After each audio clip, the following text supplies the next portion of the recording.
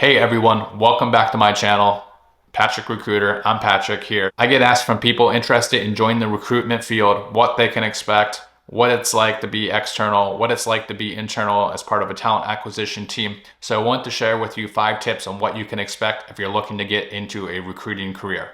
Tip number 1, recruiting is extremely unstable, but also rewarding at the same time. It takes a lot of flexibility in the world of recruiting. Let's be honest.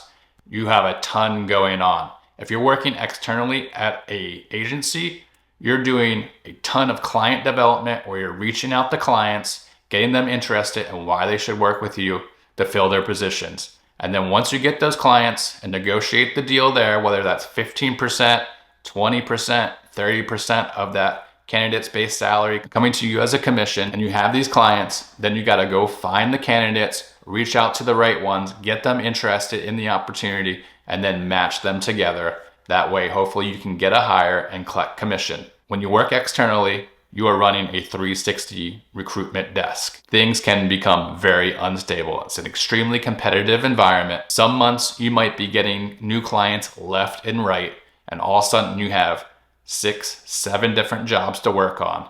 Other months, you might go completely dry. It is something to be concerned about, but also something to be aware about and expect if you're entering the external recruiting agency where things are very unstable, competitive, and rewarding. If you do fill those roles, you can be extremely well paid and you can make a ton of money while gaining and building your recruitment skills. That way, one day you can go independent and collect all the commissions for yourself. Now, if you work internally as part of a talent acquisition team, it can be very unstable as well. You have to be very flexible too. If you're working in a company that really prioritizes hiring, usually you are outlining your hiring for the entire year on a quarter by quarter basis. So you know coming into the quarter what is expected, what you're going to have on your desk. And then you need to work with multiple hiring managers where they feel like their role is the top priority to the company's success. A lot of times it isn't the case, but you need to treat their roles with a priority. You would need to be super flexible as well, since you'll be recruiting across a lot of different roles at any given time. Just like things can dry up in external recruiting, that can happen in internal recruiting as well. All of a sudden, the product that they thought was going to do great and land a lot of new clients isn't selling that well, and they need to freeze hiring. It does happen for sure. So you need to be flexible and realize like, hey, we were recruiting for 6 roles, that's been dropped down to 2 roles, and now we have to work on internal projects with partnerships with our people and HR team to fill the gap. So you do have that going on if you're working internally as part of a talent acquisition team, which is a little bit different than working externally where you're just focused on headhunting and focused on client development.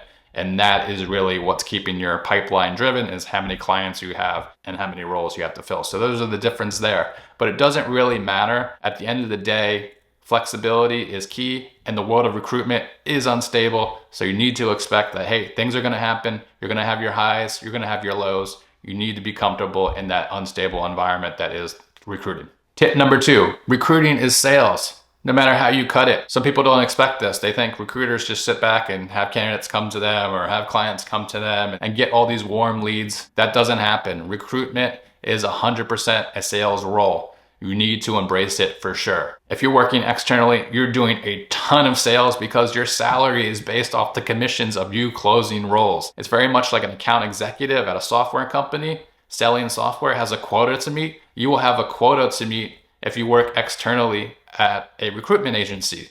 There's a certain amount of expectations that you're going to have where you're reaching out and you're cold calling 100 new clients every single day. And then in the afternoon, you're cold calling 100 new candidates to fill roles and build your pipeline there.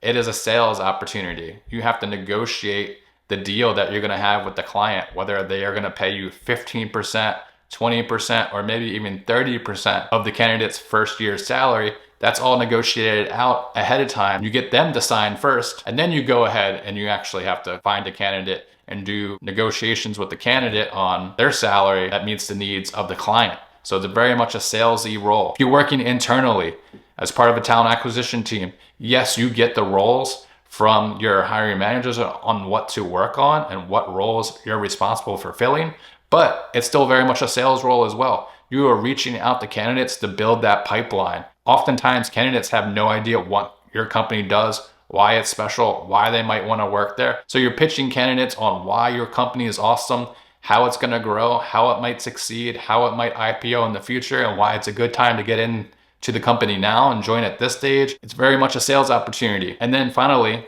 the best part is you have to do the close. That's what we all live for recruitment, is closing candidates, getting them to sign on an offer sheet. That requires a ton of negotiation tactics because you need to understand what is going to close this candidate at what salary, what bonus, what does the structure look like? Is equity important to the candidate? Having a 401k match, health benefit, understanding all the data around what is important to your candidate will help you close them at the end of the day. And that is very much a sales negotiation tactic. So recruiting is sales, expect it, embrace it. Tip number 3, relationship building is going to be the key to your success. Recruiting is a people-focused career. You have to be a people person. You're going to be talking to hiring managers, you're going to be talking to clients, you're going to be talking to candidates. A lot of the role is people-focused. You need to understand their needs. You need to understand what it's going to take to close a role, what is important to them, and all of this is about relationship building and you becoming the person that they look for when they need to fill a position. They'll come to you. You need to get in front of the right people. That's going to be key. Identifying who are the hiring managers at this company and then building relationships that are genuine with those hiring managers. That way they think you're the right person to fill that role for them. They look for you to be a consultant to them, to help them fill this pressing need that's on their team that they don't have the time to fill. They're gonna come to you, and all of that is because you built this awesome relationship with this client. From a candidate's perspective, they're looking at a variety of companies to join. You need to get in front of the right candidates as well and be the person that they look for. When they are looking for a new role, they know that, hey, you're gonna match them up with a great opportunity that's a great fit for them that they wouldn't be able to find elsewhere. When you do go close the candidate, you need to understand what is super important to them that's gonna make them accept an offer. And all of that is understanding their needs and understanding what is important to them as a person.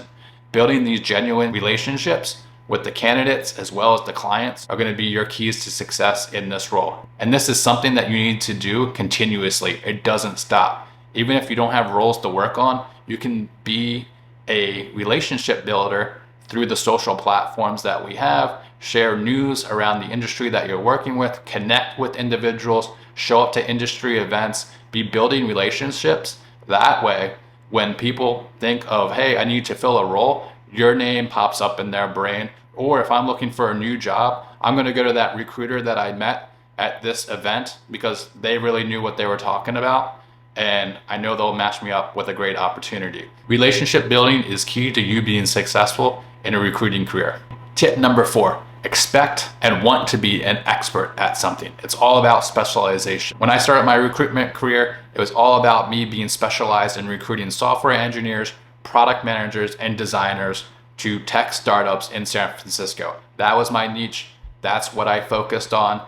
That was my background. That's what I became the expert in. And the more roles I filled, the more of an expert I became in the world of technology, product, and design. You can become specialized in a variety of different parts of the business. Tech, product, and design is just one specific part. You could become a great go-to-market recruiter, or you could go down the sales route. Maybe you become a sales expert where you know every account executive, the top tier account executives that are awesome at selling software, account managers, partner managers, they're all within your network and you are the expert in that specific field. Become specialized, and that's going to help you drive your career forward. We can all recruit across a variety of different roles, of course, but the more general you are, the less of an expert you'll become.